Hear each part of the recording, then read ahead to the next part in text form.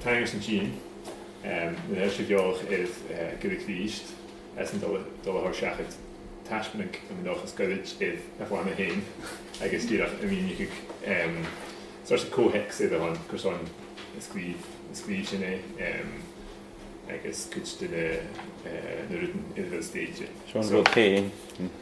Ha Plana cin ag anseo is bhuaigh ag an has the seo cuideach a heilí mo fuairs na fáilte san gréise gan is san cdóidí ach mina heil si sin éicin ann. Ach Taingeart an Jean agus le Gille-Chrìost Ostaig. Taingeart Mòr Ostaig agus Taingeart Mòr san chuide go háisteáin a bhí anseo agus feicíúile.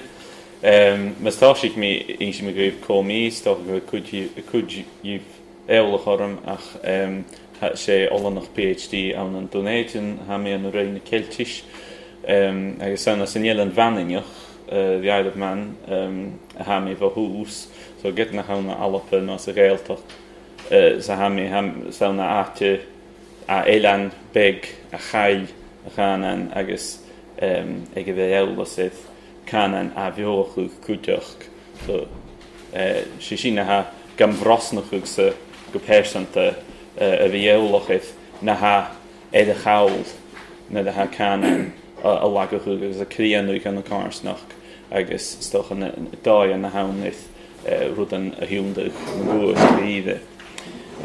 So bí an Taisbeanadh seo stocha bí go leor an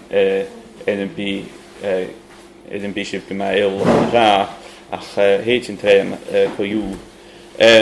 So sgrìobh sin in Plana Radaigeach a seo a Plana alternative mías na Gael easco sin críochéid agus sé freigarste hawn nó beachgacha go hawn a Plana cànain náisianta a bhís a tíine amach gach 5 bliana fó 8 na Gaelic 2005.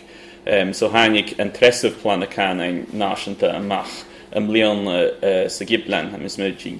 Agus bí bós na Gaelic a scríoigh agus gachúd go rialtas na halappe agus sé Plana hawn is an thula buan na an sasan asúil na Gaelic déine seo rúta na bachod gaibh bhí is an Gaelic an neamstachúg chaile séad na 5 bliana de híing. Agus mar a gra sé príomh amas a Plana seo an déad Gaelic a chleachúg na stríche le baragúne agus an na Gille-Chrìost. Well, gan tegus an bí hasin a gúncaúg leis a sin ach tého éfachgach sa hana beachcan a sa Plana is an na hamasan sin cholanúig. So, bha cúidín ag farlamid an a donéitin an lábha de jespadeach a Plana agus get a bha tór beachcan taichgeil gan na Gaelic ag na páistí an Gille-Chrìost sé impression ú sinne go ró a bhórchuid in lucht politics as múnsin, well, ha Gaelic a havalúg mar ha sinne a Gaelic a havalúg le 8 na Gaelic agus típa rút an eile bheit de gaineach stocha go bheith lesaúg na gaí zon rút an a ghuasa de dheirst a chará móchúg san biann 4 huiachúg cànain stocha. So, an íring ha fianis go leoragin a ramsachu go leoragin ha shelting go selliad go bhfuil Gaelic a lagachuch go mór as na cairsnach gan fara ha go brín agus ha tórian ha sinne gra stéitith ahisk a chai a scríoigh le skibbe heise mis múnsin son bors na Gaelic va hiún chavór 10 bliana níis well ha an síochuch an rud amach sin mar a bhain cànain annam baile beg an a leos va hiún 10 bliana agus ha gléicholach go bheith seo ceist is an na Eilein an Sgitheanaich agus an Eilein Sgitheanaich agus áitim Eilein náisineach. Gaelic is dying as a community language in Shawbost, but it can be saved.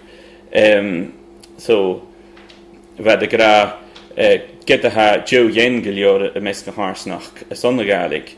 Gaelic in Shawbost is at the tipping point right now because of a lack of daily use. And I guess bheit a gra go nach ró mór an páistin go túcail le Gaelic agus go tosteachad a cànain idir na ginealichan mar sin a tíon go crí go iad a bhór. Agus ha ramsú go eile go dhéanú an drasta ha mi creidjin a vis a shelting sin son helen an san arsinneach a reicher. So bheit sin bhaithún chavór techt blianna ach bhaid sin nach rá luai itis an nahiis go bheit sin as na bhanlach politics nó an plana náisianta a grá. Dé bhain plana náisianta a grá, well an san rórá bheit cariche bás na Gaelic a grá. Ha mín dáchas gan bí barachúne de gachu se clechú na Gaelic nuair a héig 2023. Agus ha sin chavór cínteach nach bí sin a tachast gan bí na slúad a gúne a brín Gaelic an an gach áte. Agus ha sin a dú gan bí tuchte mór as a chunta slúai vis tín. So hannéil an plan náisianta a tost luai is ahiis cíabost ítid. No hannéil brín déha cíalachu go bhfuil Gaelic an gúnast an goídas an bí really. Sé a sasce ha tíine sin rá ha gannechuch go bhfuil UNESCO Gaelic a hárachuch mar cànain a hagadíú an gúnast, so a definitely endangered category. Sáilú go bhfuil lúdachuch tíing an náide flinne ha gúsach Gaelic san dachi mar hiad cànain. So ach as dé sin hannéil analysis na bechgadú san bí dé ha sin na cíalachuch agus dé beád dhéanam dhéin. A ná sentence is dé sin ha Gaelic is clechcu go trícht le lucht lavers an na táráteach in a fiúgan túil le Gaelic deach duine a cha thuga leis a cànain agus áideh nach beic do lucht gúsach. Ha sin 4 leor ach hanné fregars de haun is na ha díadach rá. Agus get nach eile tost luai ahiis hiabost ha tost luai ahiis geile a bheit shelting go seo se plateau as a tuchtim as a chunta sluai an a davíle a hún diag. Is an hiadú a díab cha an náideh do lucht glavast fó ús fichiid sa cóig a náist get a thucht an náideh lucht glavast go léad rud beg. So ha sealach go mat dágasach an sa dáis a haid go scríig a ha ísagin nach heil na haidehn fá fichiid sa cóig go bhfuil Gaelic cho ásin ítid coú agus Gille-Chrìost a dúine seo saon bh fúlam a bhís éh Gaelic go thugáil agus a ceistteann dé tríic sa bhís go chlechú an bead go chlechú agus dé na Skye agus mar sin a dúirt. Agus a ísagin nach heil ach be an chiadan de chlán ré cúntas slóin an scoiltin gan tocail well a brín Gaelic mar fríomhchánan a stúi ach go bhfuil fichiid sa cóig míle duine an lápa a brín Gaelic a stúi a ha céalachu go bhfuil a bhórchuid sin a duine sin ménach sin aníis. So a bhfuil an sa Plana náisianta ach propaganda agus tosta chréid man dúiachuch seach a nírin ainiachuch agus fuasblian a lorag. Well, go iad is docha. A ganjing sin féimi sin rá go bhfuil sin a gúntachuch leis a bhórchuid dé na hasa Plana díadach go bhfuil tárúdan nach héileann. Agus na rúta na hán ged a hádul cútramach ha déanad a gráach leis séin. Agus so sé has na molí an nacinne déhí í an na dadíidih is an Amazon a Plana náisianta a cholanúch. Agus ha has foscailte go iad JD go bhís an rialtas a déanú heile sé na cóig blian na sachaid. So ha chom an nán is an puáid a háiste rút an háast. Agus ha sin a feicin go bhfuil barachas barach dúine a gaiinechuig na rút an seo. Na seo se rút an ha sinne tógáil ha néidir sinne ha an tógáil ha tór rút an eile a bhí tachast an blian na héin dúine tógáil ceist mion suíochuch fúlam Gaelic as na heilean in níor nach heil a cháirle na sin a déanú go leor ha hás dúine geran fiús dúine ha mar si a teichgil gan na cànain a graag bh scoiltean lán Gaelic a scarad cháirsnachgan. Ha grain has de nochguch a nuí na Gaelic as na pepper an neach agus uch politics atá se brími ein sin cúteach. Tuva mui na Gaelic héin me gin big ach rútan ha tost buai et cáirsnach an Gaelic go mór ha strí ann an drasta mé sin pled idir na crochtir in na baltin man goist stearn agus company mór EDF. Ha sinne gemataiciil de rútsan bí ha atá stúland na model an economicioch a hagin ha sin is múnsin go sin tost buai mhór carsnach an bige agus carsnach an Gaelach. Ha ahisk agus film gydaid stídach et sín amach shelting ho cútarmach sa ha in giascach an an ríist san na Gaelic agus san na carsnach an chumalatá san arsinneach ach had sa an realtas agus an luch politics a bríiad ho cútarmach sa Gaelic mar intangible cultural heritage had hasta chun an gríomh policy an marine protected areas nach a géisteach imegain na duine inatad. Ha MG Alapa vi graag wil a géri barach Gaelic van a BBC agus ha luch politics togad sin cúteach driblage in de Calmac agus question mi in bunstructor snarsinach broadband phone live hula calaha a tost buai de Gaelic stoch nach a duine is múntin mar cúsin Gaelic ach ma had a tost buai de harsnach en bí duine ventel no a chilig had cútarmach as a cho hexe seo a hu cànain. So san áisteach gide ha Joe Yen ag na duine ag bhfuil cuaach gan a Gaelic an a dóigh nach roachgus tócha fichiad nó techidige bliana deis.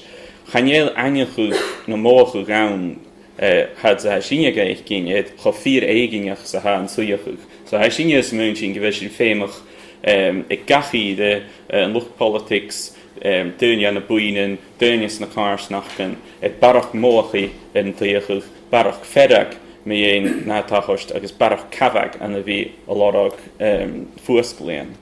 As mar a sinne gra hasinnig ide níos is an hia dúadíomh an nechtrin a halapa mar ruúig, hasinnig gawach get an de teach ansnach bí atas an bí fel a bhfuil a Gaelic na fríomh cànain na carsnach.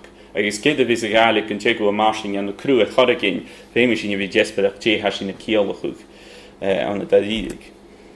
So a sinne gra gríide bhór madíluch na Gaelic mar charsnach gus mar lúig nioch a bhaile dítis.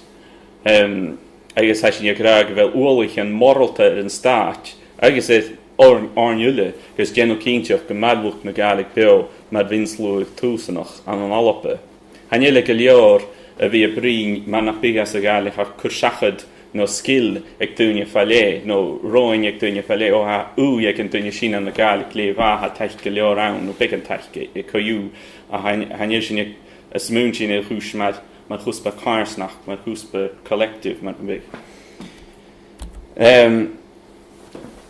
Mar a ha an UN Declaration on the Rights of Indigenous Peoples agra, Indigenous peoples have the collective right to live in freedom, peace and security as distinct peoples, and they have the right not to be subjected to forced assimilation or destruction of their culture. States shall provide effective mechanisms for prevention of and redress for any action which has the aim or effect of depriving them of their integrity as distinct peoples or their cultural values or ethnic identities. Was doch an a henne staat bhruidhinn no alapanach a genno géal lenaving edna gael mar luig mar a bhad gan chicos an bías an a galaf a chas de bhile de genno suas is an buaien na haith tachost agus na haasta tachost a húf imolachuch na carsnach gan seo.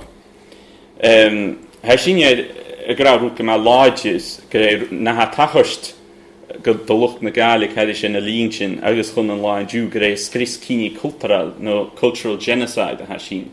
Agus gide sé abast go má láide a ha sin a dhechtrí ag decht mar sin an carsnach an Gaelic agus as a chohéicse et an náisianta mar a ha ahisk agus commission an na Canada ainechuch go réin rút an hachais le bhí tostes duine túsanach an na sin a bhí frihéilighéad scoiltin béirle fada fála van na dachianachas a bhí a cursúas na cultúranach go ré rút an seo, which can be best described as cultural genocide. As ha sinne gra mar eile de déanú go leor san láin dú go bhfuil lucht politics agus dúine eile go bhfuil cuach cóchiintach go moralta as a bhí cheasta seo. Mar an dársdóibh Eilein MacGill-Eòin ar rá go ré ethnicide a hain, agus mar a sin uile éolach na mapí an seo a sealtainn a léaltach a síal a gases na Gaelic a dul sias. Agus bí sé uile éolach a cóteoig Eilein MacGill-Eòin a thugad beag a cuachcach le Nightworks. The million people who died in Ireland in the 19th century, the million more who had to emigrate, the thousands of families forced from their homes in the Highlands and Islands. Why was all that? We know now another set of words: clearance, empire, profit, exploitation. Is machine dúirt. And seo sé dóigh post-colonial a céad in the rúd an seo. Ha go stéit an néadine stoch an chaid brí go leor a bhí an alap a hast mi dhéon seo agus an dóigh as a bachádgain bhí céad in rúd an seo. Is sin a chorímpi na chuircha móras an barach go dhéanú. Sin go heicse na bechne. Gré go labhraí a granún seo se rúd. Is Joshua Fishman hain stoch an feth is cutramiche an a bhí stéachuch reversing language shift no aviochuch cànain mar chuspar academicach huistessen. It is precisely because most modern democracies engage in conscious or unconscious cultural genocide, and precisely because they do so via many of their most central and most prized and admired social, economic and political processes, the language shift is so common, and that reversing language shift is so difficult to attain and so heartbreaking to pursue. So, sin an teachcaiging, ha tost na kinnelich an ha roin, mahanas goin, mar a Gaelic sin is na dúlain seo an draste chofad sa suringain. So, han mi dul a gáil tron na slide seo goléad ó tamití in leisgan na rút an seo. A ha sin búilteach a bhí smún sin na rút an seo mar dúlain cànainach, as ha sin ann, ach ha cúteach dúlain economicach, dúlain politicach ann, a ha tost buai gléomhór in na rút an seo. So an dúlain cànainach, mar a nahéisce siapost a gainechuch, sé an tuiliad is a smó dá cànainachas úntúfach no unidirectional bilingualism a ha ciolachuch, well síochuch é bheith sin uile éolach, ma ha tjeicne is an deomad ag bheith Gaelic is únduine le béirle, saun na béirle vis an rút, leis go bheith béirle go thuile duine agus san éal Gaelic a cha cúd, hús ma sé a bhórchúd a haun. Ach ha dúchan an eileán, ha síochaí an eileán far a bheith a thuile duine an a cársnach nó a bhórchúd a rúne, chuú éolach ar a chan an eile agus mar sin nach heilú táiste duine dul gan a chan an eile. So mar a ha iad sanna gra Gaelic in seobost, no atas and B, can be saved by encouraging and providing ways for everyone to become fully bilingual. The community with agencies can promote the use and learning of Gaelic through bilingual education for all children, Gaelic learner classes for different levels of ability, integrating Gaelic into social and economic life, and by family and neighbours encouraging one another to speak Gaelic in their daily lives. So sé híadrú a hasinne bhí gra sa Plana Radaigeach sin gan beáid félum tar Gaelic a bhí go thula fáiste an na cársnach an Gaelic. So as na heilean in níir, as an éile an seo, an a tírig mar thoise táiseachí.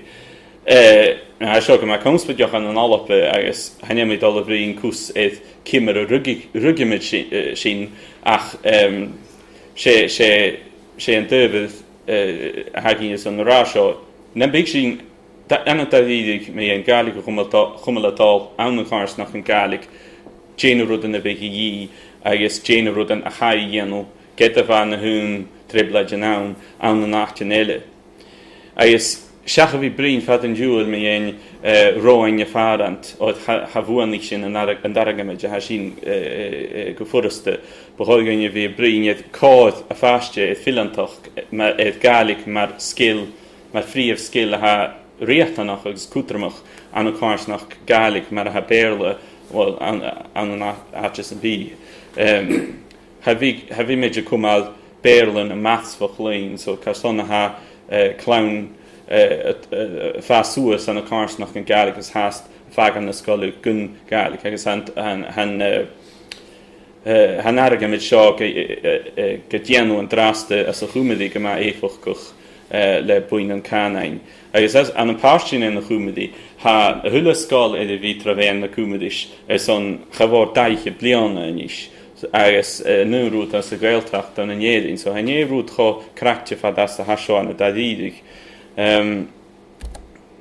Agus has sin fin seo thugáil, na réon sin cur a bhog is an na Plana seo an a dúnáin a go bhád náisianta bheith agallahagin leis a BBC agus is dé live chaiad a bhrín bás na Gaelic agus úr sé bheith si bh gúnta thug de misneach gan bachod félim tro Gaelic a bhí go thulapáistis na heile an díad is úr sé well rud mar bhí a megan na Gaelic is megan na chléin. So stocha go réid iad céim begad a ha sin le bhí a tógáil na ceistig a chast ha sin cútarmach óid ha bhíh sin a brími a nítis mar a bimeid a thugáil. Agus thuist Carlin in Eilein siar go raibh caran go bhí amach go raibh tseicbhach gan bud an gaibh na cáirsnach an na háist léin me an big. Agus ha sin fír ach ha bhí sin comasach na cáirsnach an na háist léin gun cheannostas léirsin agus mínechuch. Agus sé sin ha a dhí ha mis múin. As ha sin a fechcin go bhfuil rud an na gaharchuch, thuair sin ficrin bhcharlan in Eilein siad mé dhéon na scoiltin an draste cibhíad clown han na Gaelic agus béle na scoiltin Gille-Chrìost na Eilein in siad. Agus an na cúide scídan ha bhór chuid an féil an Gaelic mar rá agus an P1 ha na smór an na Gaelic na has na blianach an eile nó na blianach an ulle geléad a ha céalach stocha go bhfuil barach gus barach ach bliana a rönach Gaelic an na cúide scídan. So sinna cohexas an sin. Agus get nach húntaich thula duine is an arga meid a ha seo an bachod chudáasta de bhuilam travéla ulle geléad ha tórút an eile gastíanú mar is sin plas stochas gáil Gaelic is tíochú gan na stearna bheith mar a ha na páistrí agus ha cúide gúine bríine sin. Agus cúideach rúd a ha sin éad a thugáil rúd eile van na chumadí nar a ha an a Gwynedd nar a bhís páistin nar a bhís tealach a glúasa de sté gan na Skye agus clown began na sineach go na hiad bliana. Ha clown de dalgu scoiltin nó önad an bogu cànain specialta is an gris. Is an si a mia sam is múgin is an na cànain a thugáil mas déide de sté gan na scoil ábhasteach. Agus an é sin seo se rúd a burin gin bhí smúntíine. Ha is agin go bheith pocht aige ag an rialtas is son scoiltin Gaelic agus go raibh deidir gaibh dáin a lara go an erigid sin a hósca charlin in Eilein siad leis na chráid a son scoiltin lán Gaelic a stéchuch an é dáid a ha seo an deirigid sin a hósca féim stocha. Ha sé féimach ag barach taich de heolich an Gaelic, mar a bheith parent an na ha scéabáiste gra provide real support to young parents. Gaelic parenting is a lonely task. How to do this in a modern world, I have no idea. Well, ha sé nu le mócha sin ach ha sé féimach ag barach edigid an sin hanne scoiltin na núnad go leor. Agus leis go bheith tárgúine níos an na cáirsnach an Gaelic agus a fiú galape son Gaelic únsachuch ag nach heil godasan go leor ba máslín a gín se go bhheis na tchecas Gaelic duluchtáiseachí as an ná léhan as gohfuil duine tíon bh cheann na túaine le Skye nach ba híd mór a tárgúine a gíir Gaelic únsachuch ach an imimeach áte hanéal godasan na clásichan go leor rán as hanéal go leor rán as an duine ag iad na sáiste a gíir bhí fillante. So ha sin ag rá cúteach is an duine an na cáirsnach an láidead Gaelic a son integrated mar gan big gan bachóid cúsich an boki súra nasci na gaag sin géanú is an coú si a miasan is an Gaelic a higus den duine sin agus ha rúta mar seo tachart an Canada as an dúich vascaich as a bhreting Vegas a differ model an ann ach sinne seo se rút den berágin vi gamas. Agus fiú san an alape ha skim ann ha mar rá as an teacheren nach helfiland an Gaelic a heige vel big an Gaelic as an vi tegus gan a skoltin trovéan na Gaelic. Gan dhéana a cúsa seo an blianna gus an tost go filantas. So ha rút an ann ach féimi sin tócaléid na rút an sin. Ha diffid ráan is loch giúnsachi is gael rúchasach mar gan bege hást cála mar a ha tachast gohéfach goch an alap an nuai leis an skimme bunnas bar sé seo se skimme meistir is prentas a haun fer an bí seandunne le Gaelic a hást cála le neachúnsachi is bíad a cúteach i chéile. Agus cúteach collistin sauri mar a hachke an an néding as a seo vi go massidefachel an an néding. Bhí na míltin de dhéagadan a dul gan skíden gaelach an an néding gach saurich agus sinne tástár éige de stug gan economy agus a táste duine fechking go bheith lochas a chanach is a tást misneachd gaibh agus ha uras balle látagerí an a Toronto is vi dénne seo an pe an blianich an is agus a ceolalas an níos go dhéanú a stocha átain a rá eileach ha follaseach leis mar a ha fölum te bhéin de Gaelic a fás go docha gan big íochttas na smó ann is an sin agus gan gaich leis a déanúide sin. Dá eile it ginnelich in de hást cála cúte ginne an sasas a bhuian a ginse goin go bhfuil ha áte an wunning fer a bhfuil dachi cúram agus scoil áirich na bhruidhinn a bhís a tost seanmhúne agus clown cála an a dóigh ha ma gan díis gan dá thuúh agus stocha gan buringe rúda mar sinna dhéanú is an Gaelic is an anasíochaí an Gaelic cúideach. Agus rút eile as a fepe siabost. Language development workers and community volunteers are needed to work directly with individuals and families in the community. Agus mar a bheit a feiking go fiús an loch giúnsachaí a bheit déanú an obair sin is an haine an mías nó go bé. Gan dúg sin fiús buai the Harsnach as host Kujigin Rishin de Vrignat. Now look, you have 4 people going around this village. It's already giving people a boost. Those 4 and others would have to be here all the time. So ha common na Gaelic am ikrichi ha officid in Gaelic lesachi Gaelic stéiteach gan na diffid atin. So ha toshach toshachi rudda mar seo mar rá ach vi fad varach de yi.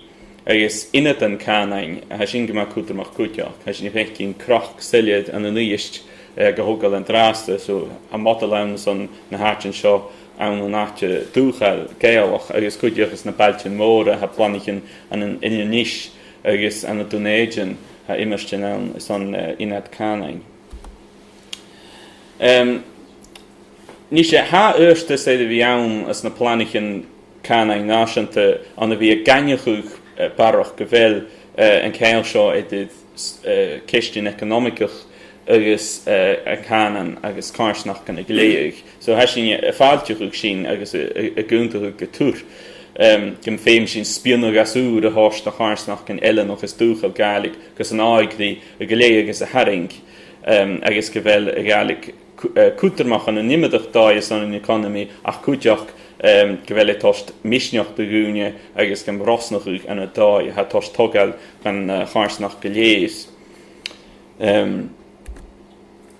Agus mar ha údín a sáir éolichan an an abhéocha cànain a gainechuch. Political autonomy and economic autarky are the twin preconditions of successful language regeneration. As ha begin eisimpla in agin seo Mondragon sé co-op a ha sin cochaman bhús as a dúich vascich a chanis sé an dichibh company is mó a haun as an dúich as an Spain to fad as company at the náisianta níos a hiú go bhfuil a tast Gille-Chrìost MacGill-Eòin dhuibh. agus an néadn cúteach ha co-op spige I bhí stéite an an imimeach cáirsnach Gaelach fad imime bliana. Agus a thuh isimpla an a hell ha ahis go hiún gilid mi ein dunne ága chili ríist agus na tifir överan is an sin. So happig an dachas an seo cúteach an ruúta na gas dianú is an na cáirsnach an aviochuch go economicach agus a sin na céalachuch be an dachas barach dachas gan hána an cúteach. Lesachuch economicach san áisineach féimi bhí sésfach so sustainable development agus ha dúchan in eile tarvarach go dhéanú a thuú seo Malaysianpla níide bhí na helen an fárach where bhfuil rá ionlach cearstain is an sirvis economicach a scoúlach a fiúg Skye an dúcha san é díadachas hanang díadachas na Baltin móra agus ha graphic agin an seo a shelting in Eilein Sgitheanaich is na helen an fárach is mar a ha an slúig a tuchtim go mór as an Eilein seo agus a fás go mór as na helen an sin as anún haide sé na cíad go le bliana seo chai agus mar a ha an cànain na Gille cúteach agus docha go bheith sin goide bhór is gas go bhfuil féin rialich barach féin riali bhí achasam. Ha féim ag an Júlia go bhfuil go ré tribleid a bharach is buanach go an turasach agus go bhfuil féimid obair bhuan le deo thuarasta seachtíadach obair in an Taisbeanadh is tairigh is an daine ága a chumalang náte mar seo.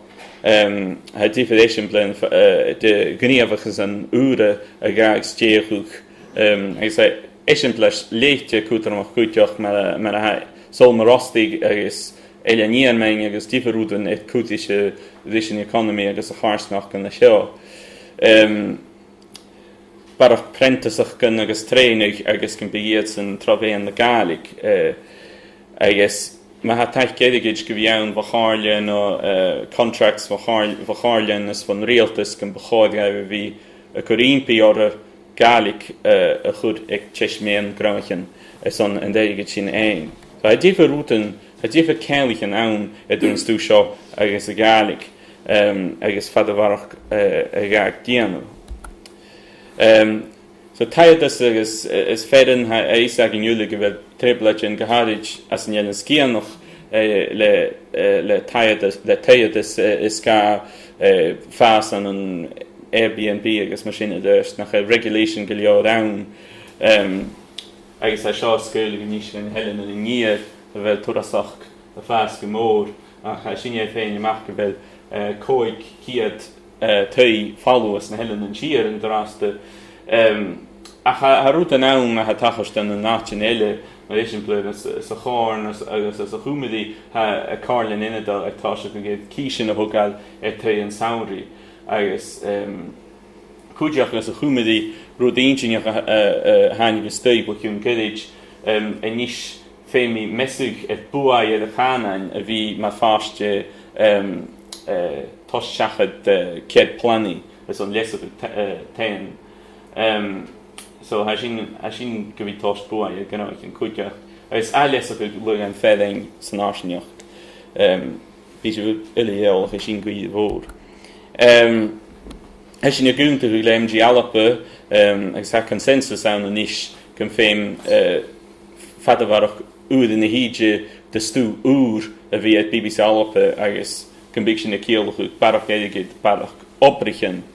A ha sin go rá úd sa gas in na hobrichan sin a bhí as na helen an go bheith sin cútamach agus cúteach géad a ha sléite stiánabheh cútamach gan bacháid bhí an na náisiúnéile cúteach.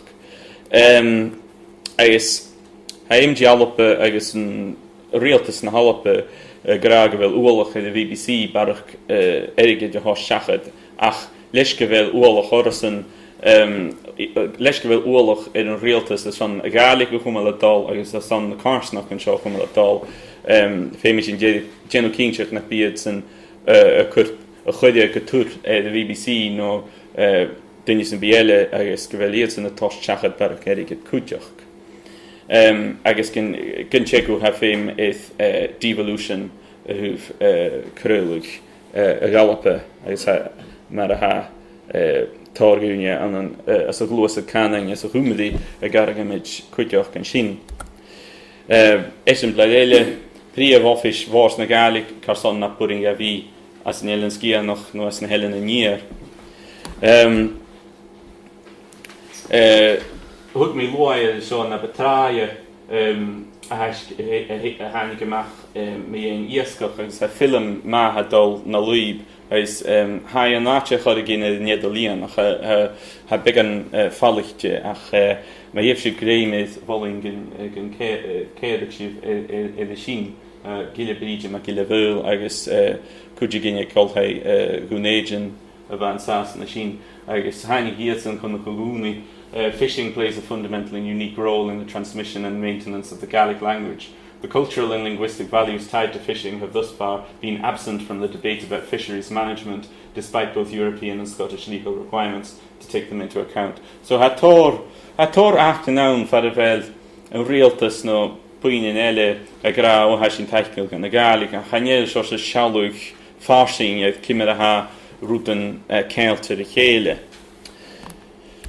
Bunstructe seo an Plana náisiúnta a gainechuh go bhfuil féimid barach airstas le taiadas golas an cágáil broadband is mar sin a d'irt.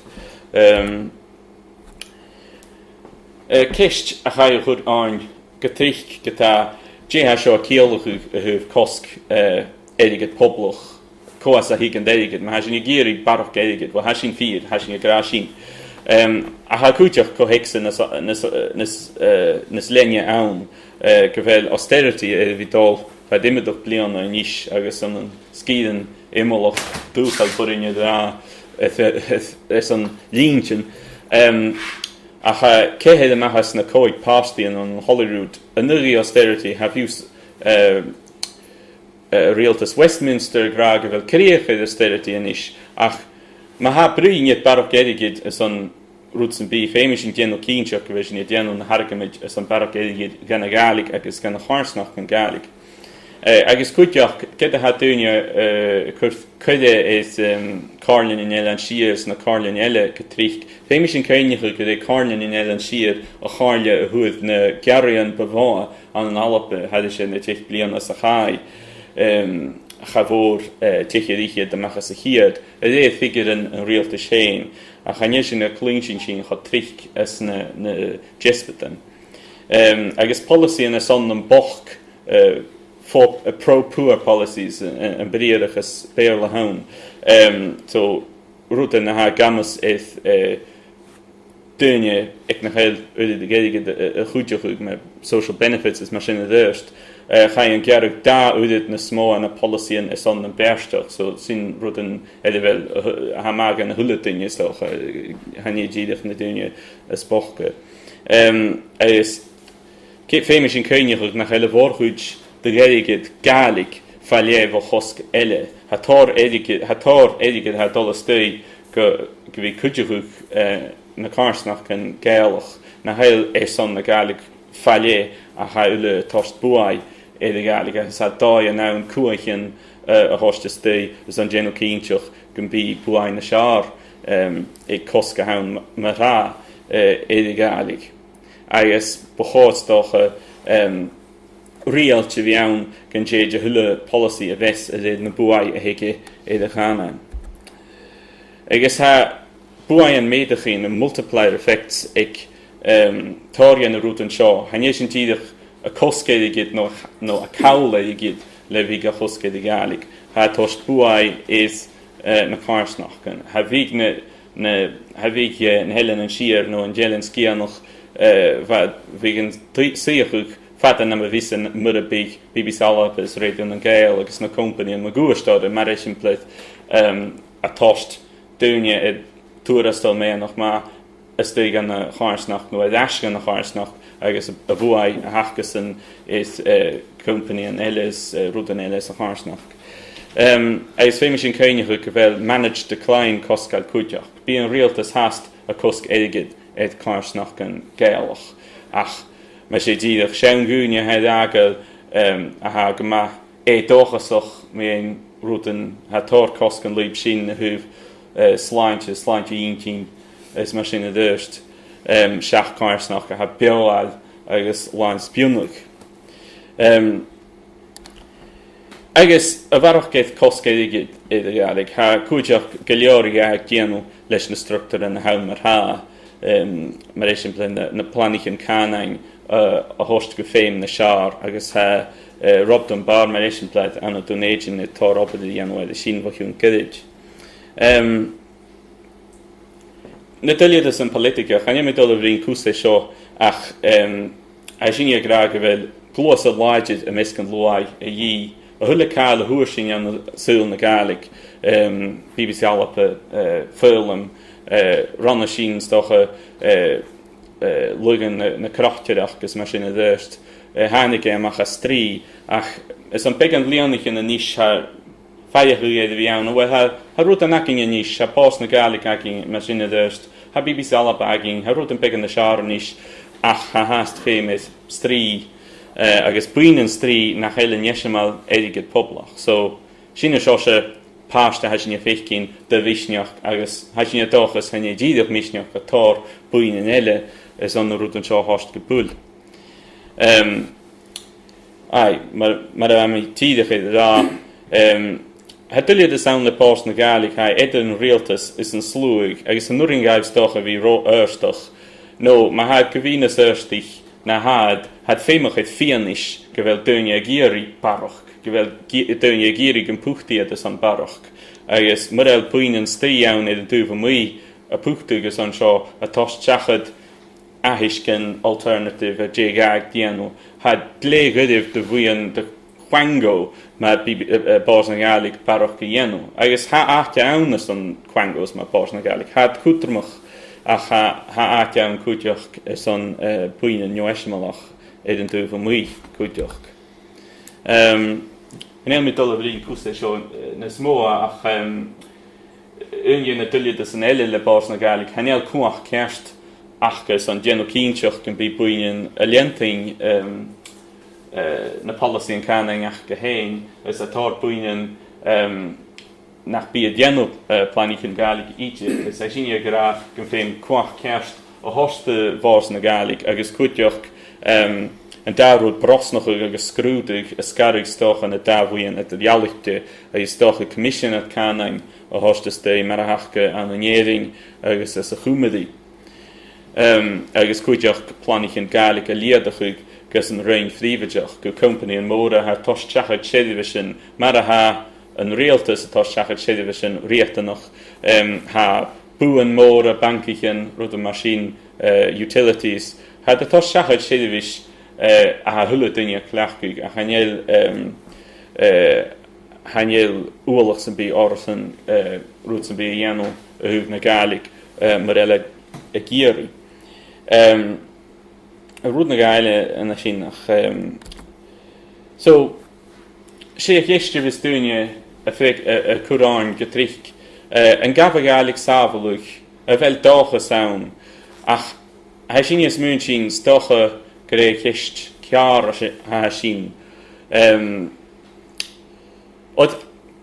mar a thuis mé an doiseach ha dáin ann go math cànain an fiús ma had de basach go mach ma cànain carsnach. Bí rud a gin ann, bí a Gaelic a marsin an a dóigh a choragin ach a hast de lestan is moraltáin rud a gin I dhéanú is an na carsnach an Gaelic had sa had ann coiú a bhaidir a gusnach maith ha ceist mhór ann agus ha farach duine bríne seo níos an gaf mach an duine sábhalu hítis le aharachuch na gra híte henne le suide jésuíoch agus a bhí sin an an leichead bliana. Agus mar a an quote seo ha tór gúne a bhí scúlaigh an aiste seo sgrìobh Kate Marvel bhaisiún gydig. Is gyda ha caran dúach is an críoch a chud é seo a mis múnsin go raibh cútramach. I have no hope that these changes can be reversed. We are inevitably sending our children to live on an unfamiliar planet. But the opposite of hope is not despair. It is grief. Even while resolving to limit the damage, we can mourn, and here the sheer scale of the problem provides a perverse comfort. We are in this together. The swiftness of the change, its scale and inevitability binds us into one, broken hearts trapped together under a warming atmosphere. We need courage, not hope. Grief, after all, is the cost of being alive. We're all fated to live lives shot through with sadness and are not worth less for it. Courage is the resolve to do well without the assurance of a happy ending. So, Gaelic Gille-Chrìost MacGill-Eòin mar a Gaelic edagol sias agus a dul sias hast over awn misneachd gael agus sin sosial diachgydach hamidol a chríoch na leis níis agus sinne. Hi, what are the